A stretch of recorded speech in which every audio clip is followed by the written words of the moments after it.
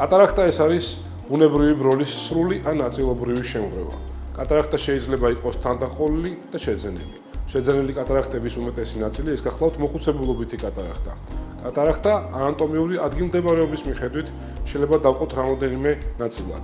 უმეტესწილად კატარაქტას არ ახასიათებს თვალში რაიმე სხვა ტიპის გართულება, თუმცა არსებობს ტიპი კატარაქტების, რომელმაც შეიძლება გამოიწვიოს თვალში და წნევის მატება, რამაც თავისთავად შეიძლება მეგვიყვანოს სავალალო შედეგებამდე, როგორიც არის მხედველობის შეუქცევადი დაქვეითება.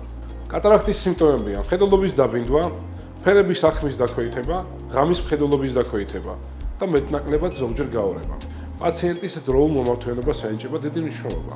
რაც უფრო მალე ჩატარდება კატარაქტის ქირურგია, მით უფრო მეტი შანსია პაციენტმა მიიღოს მაღალი ხარისხის მხედველობა და ამასთანავე პოსტოპერაციული პერიოდი არის საკმაოდ ხანმოკლე. New Hospital's ოფთალმოლოგიის ეროვნულ ცენტრში პაციენტებს აქვთ საშუალება კატარაქტის ქირურგია ჩაიტარონ მსოფლიოში არსებული საუკეთესო ბროლებით. კატარაქტის ქირურგია გახლავთ სრულიად უსაფრთხო და უმტკივნეულო. გაუტკივარება ხდება წვეთების საშუალებით და პაციენტი ოპერაციის დასრულებისთანავე ტოვებს კლინიკას.